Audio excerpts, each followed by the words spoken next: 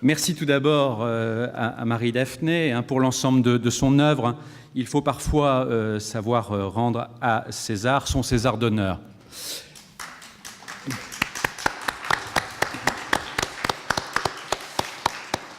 Qu'est-ce qu'un rapport de synthèse ?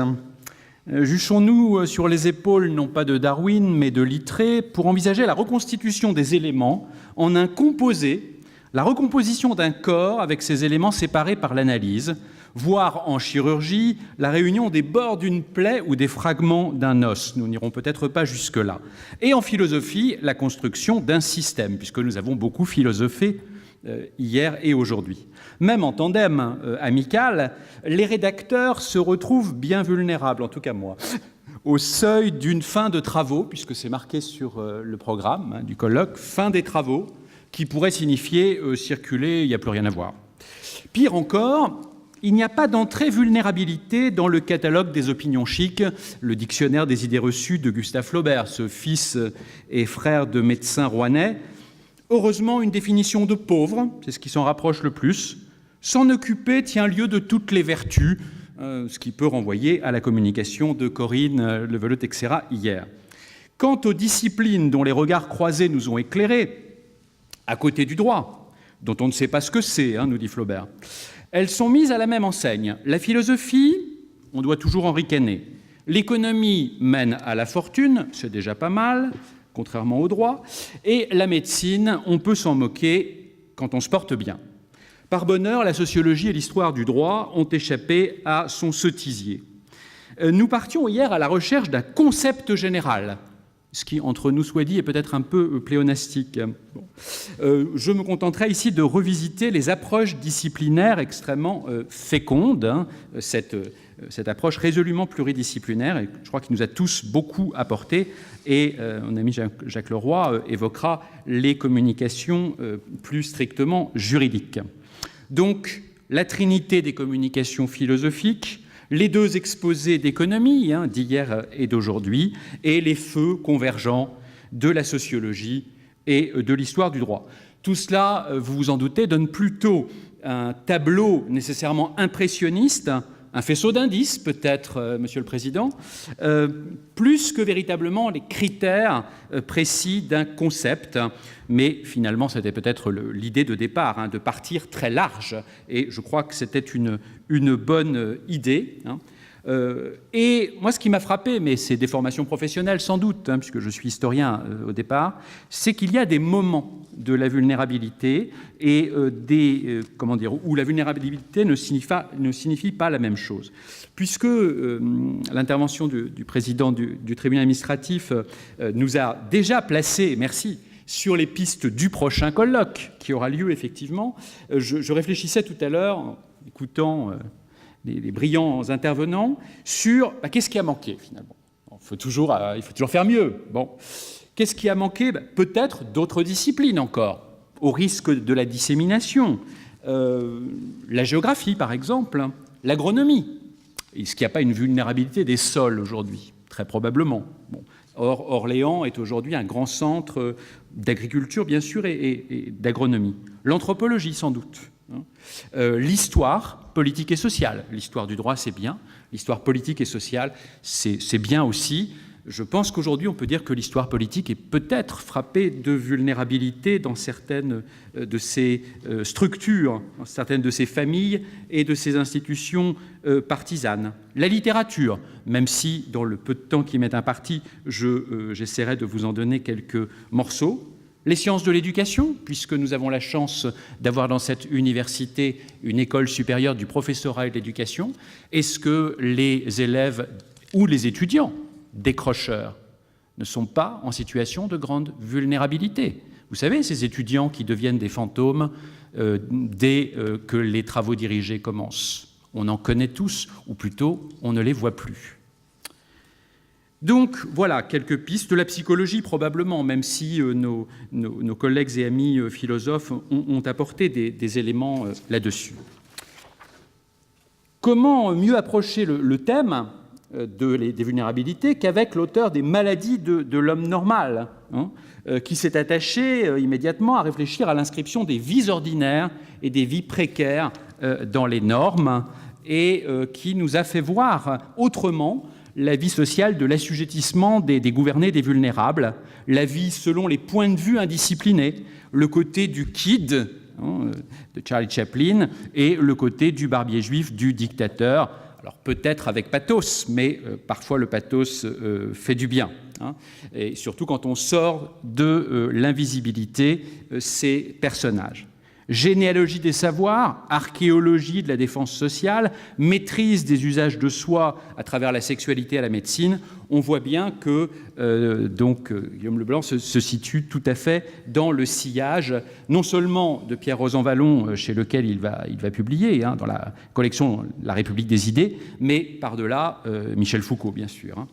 Donc, après le moment Guizot, le moment vulnérabilité. Il est vrai que la définition récente de cette figure, de ce mot, en a fait, à l'évidence, une catégorie durable à travers le traitement de l'être souffrant et qui ouvre peut-être une piste pour repenser la question sociale dans notre contexte de mondialisation. Alors, l'apparition du terme, il nous l'a rappelé, est bien lointaine, 1836. C'est un moment, c'est le moment Guizot, justement, de Pierre Rosanvallon. C'est le moment, c'est le lendemain des grandes révoltes ouvrières, la révolte des Canuts, en particulier lyonnais. Et c'est là que Balzac, très éloigné idéologiquement des Canuts, mais formidable observateur social, l'emploie pour désigner le point faible, la qualité de celui qui peut être blessé, attaqué, cible, à la merci de la moindre agression. Et, comme ceux qui étaient là hier l'ont entendu et noté, il a fallu attendre un siècle et demi, c'est-à-dire la fin des années 70 aux États-Unis, pour que nous revienne ce terme d'outre-Atlantique, comme souvent, un parcours assez étonnant, avec aussi accompagné de la question de la mesure pour réduire les risques. Les critères, la mesure, beaucoup de communications sont revenues là-dessus. Les degrés de fragilité des populations, les réponses en termes de santé, au nom des droits de l'homme, et puis un formidable élargissement, on le voit bien avec la très grande richesse des communications, la très grande diversité, l'élargissement environnemental, sanitaire, territorial, et on l'a même appris hier pour les centrales nucléaires, plus récemment. Donc, toute cette métamorphose de cette catégorie en véritable mode de gouvernement d'une population assigne cette population à une fragilité, sans doute pour mieux la contrôler, par la protection, par le soin, par les paradigmes du droit et de la médecine. J'oubliais tout à l'heure dans les préconisations, dans ma petite ordonnance, effectivement pour le prochain colloque, oui, bien sûr, des médecins. Je signale, puisque j'ai été parmi les créateurs, qu'il y a, modestement, en région centre depuis 2 ans et demi, un espace de réflexion éthique qui est situé à Tours, mais où il y a la participation des 2 universités d'Orléans et l'université François Rabelais de Tours, des 2 hôpitaux. Là, je crois qu'on a une très grande richesse à exploiter, si j'ose dire, on va mettre en valeur sur notre question à la jonction du sanitaire et du social. Donc, je vais très vite là-dessus, sur cette transformation de l'individualisme, d'autres diraient, on a entendu tout à l'heure, du libéralisme, voire du capitalisme, le patriarcat étant parfois derrière. Cet individualisme a engendré la vulnérabilité, la dépendance, l'individu souffrant, qui a supplanté l'individu conquérant. Et nous avons entendu cet après-midi que, finalement, le vulnérable, c'était sans doute devenu aujourd'hui le chômeur, le chômeur et d'autres, bien sûr, d'autres vulnérables. Après une telle entrée en matière, quitter l'approche de philosophie morale et pratique aurait été criminel.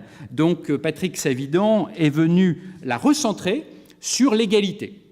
On a reparlé d'égalité tout à l'heure, avec le souci de lier connaissance rationnelle et action, avec sa casquette, je n'aurais pas osé utiliser le terme, mais il l'a utilisé lui-même, de président de l'Observatoire des inégalités. Pour reprendre le titre d'un de ses derniers ouvrages, « Voulons-nous vraiment l'égalité ?» On peut en douter.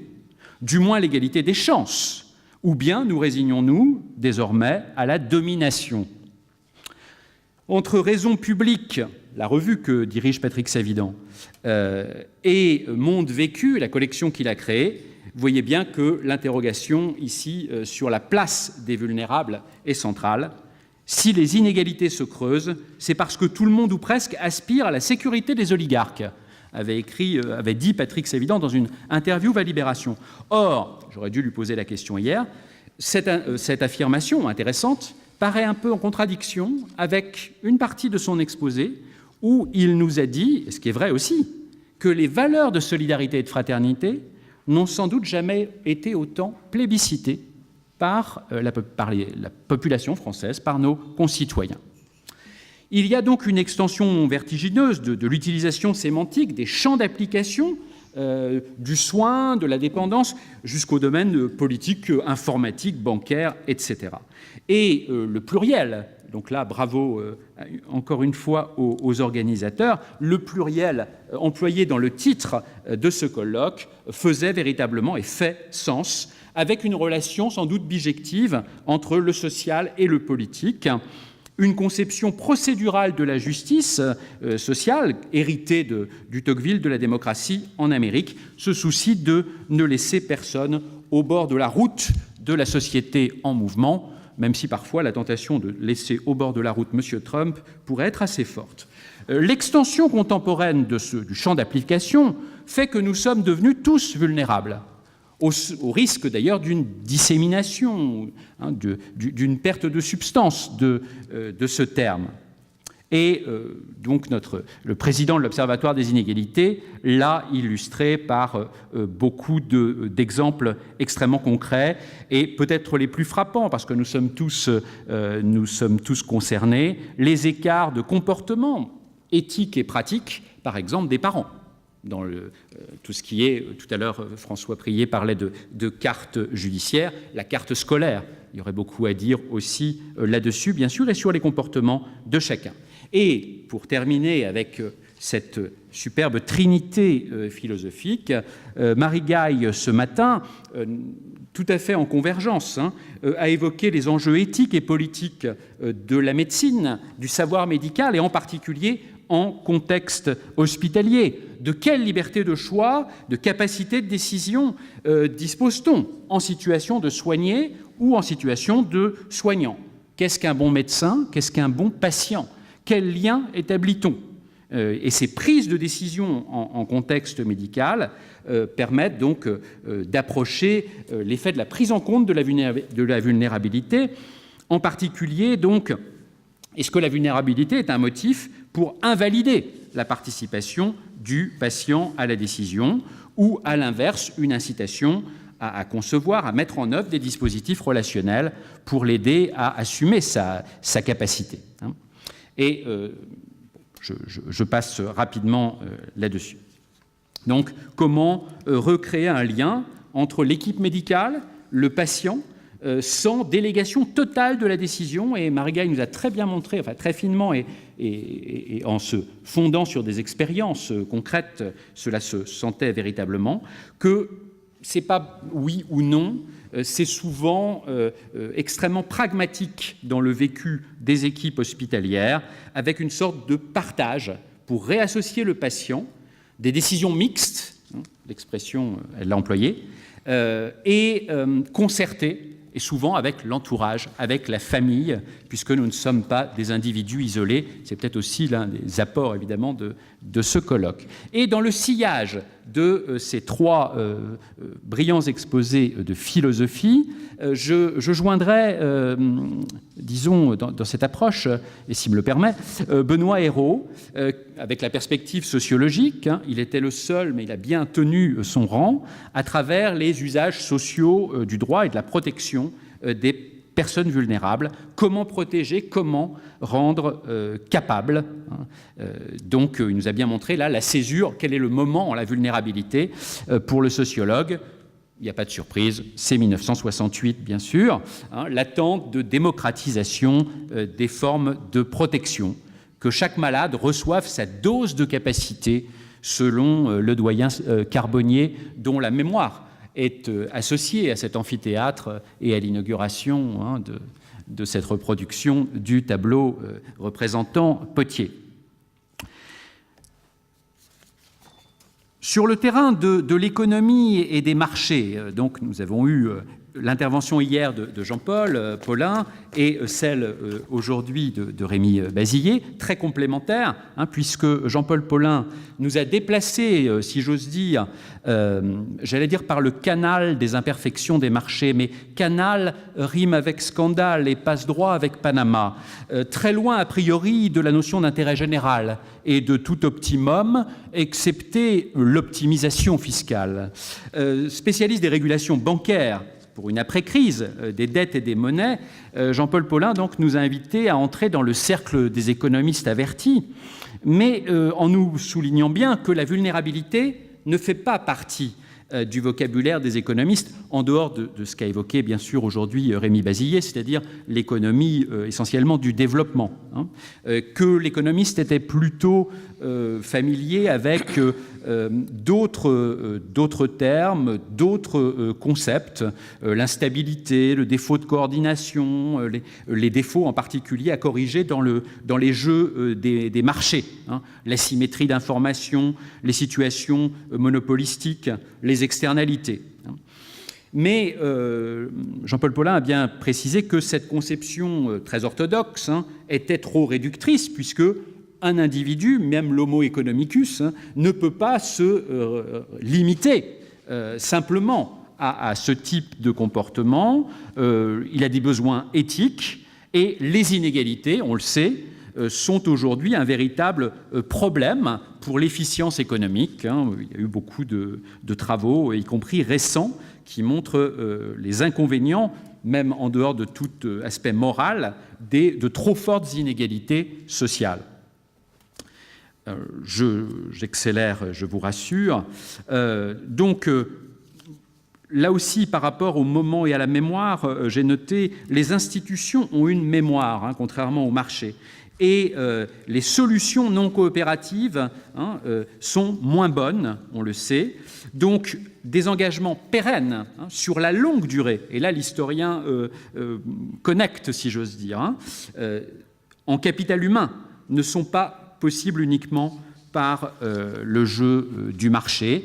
Et donc, Jean-Paul Paulin nous appelait à réhabiliter l'intervention de l'État et l'intérêt général. Et je crois qu'on peut relier, s'il me le permet, cette injonction à ce qu'évoquait tout à l'heure, en particulier François Prié, par rapport au territoire. On voit bien que sans politique volontariste, je crois qu'on est condamné à une vulnérabilité croissante des territoires.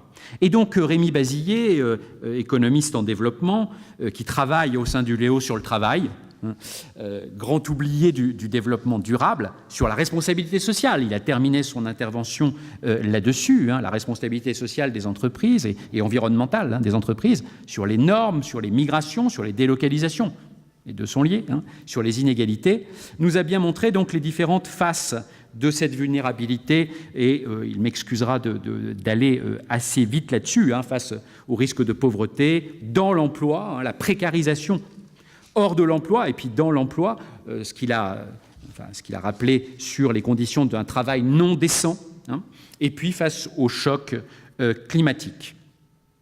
Et il a évoqué, alors là aussi il y a des parallèles, les critères d'allocation, et en particulier pour les pays les moins avancés. Et je me disais, voilà, il y a une sorte de parallélisme des formes, comme disent les juristes, entre ces pays les moins avancés, les critères d'allocation internationale, et puis le guichet du RSA. C'est peut-être ça la vulnérabilité. En France, tout termine par des chansons, mais les révolutions commencent par des banquets. 1848, etc. Et dans les facultés de droit, généralement, l'histoire ou l'histoire du droit est parfois confinée à la mission introductive. Donc vraiment, je vous remercie de m'avoir réservé la moitié de la conclusion. Donc terminons par le meilleur, par l'histoire du droit, bien sûr, à rebours d'une tradition, comme dirait Huysmans. Et donc quelques mots sur l'intervention de Corinne Leveleux-Texera, que je ne commettrai pas un blasphème en la présentant ici à Orléans. Tout le monde connaît ses travaux entre droit et religion, et elle a donc présenté ce qu'elle a appelé l'usage juridique de la pitié, en montrant bien, puisque c'est une grande spécialiste du droit canonique, comment le droit canonique se situe dans un dépassement moral, religieux, bien sûr, vers à la recherche du salut. Et on l'a bien senti, et elle l'a dit, ne se situe pas du tout par rapport aux individus vulnérables, à des droits subjectifs reconnus ou à un accès à des droits qui devraient être efficients. La société d'Ancien Régime ne se sent pas du tout débitrice face à des sujets de droit. Au contraire, la société de privilèges, comment dire, décomplexée, on dirait aujourd'hui, structurellement inégalitaire et hiérarchique, n'entend pas du tout exercer une fonction de correction, mais au contraire de distinction, et exacerbe les différences. Et Corinne nous a rappelé qu'il n'y avait pas de catégorie de vulnérables, bien sûr, mais ce qui s'en rapprochait le plus, c'était les miserabiles personae, donc une liste longue, mais qu'on a retrouvée parfois dans les autres exposés contemporains, les orphelins, les veuves, pas trop joyeuses, les pèlerins, les étrangers, accablés par un sort injuste.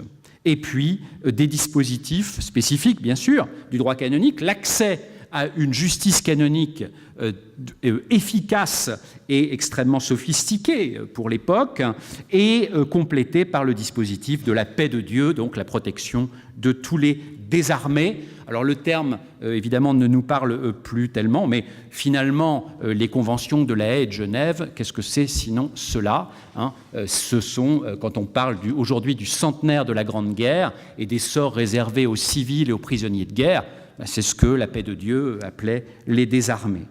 Donc des variations autour du vulnérable et du résilient, terme beaucoup entendu aujourd'hui, entre droit et éthique médicale, observation des inégalités dans une société en déficit de confiance, on pourrait dire aussi déficit de public efficace, interrogation sur la place de l'intérêt général et sur la relation entre société de marché, de liberté, et politique publique visant l'égalité, ou du moins l'égalité des chances.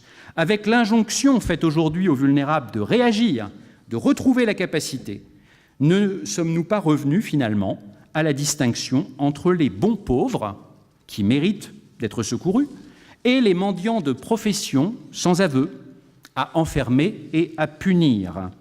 La République des invisibles ne renoue-t-elle pas avec les misérables? Alors là, je suis désolé, je vais verser dans le pathos, mais Victor Hugo, avec son talent mis en gage, non-recours ou ineffectivité du droit, que nous dit Victor Hugo? Comment donner au droit plus de base et d'ampleur?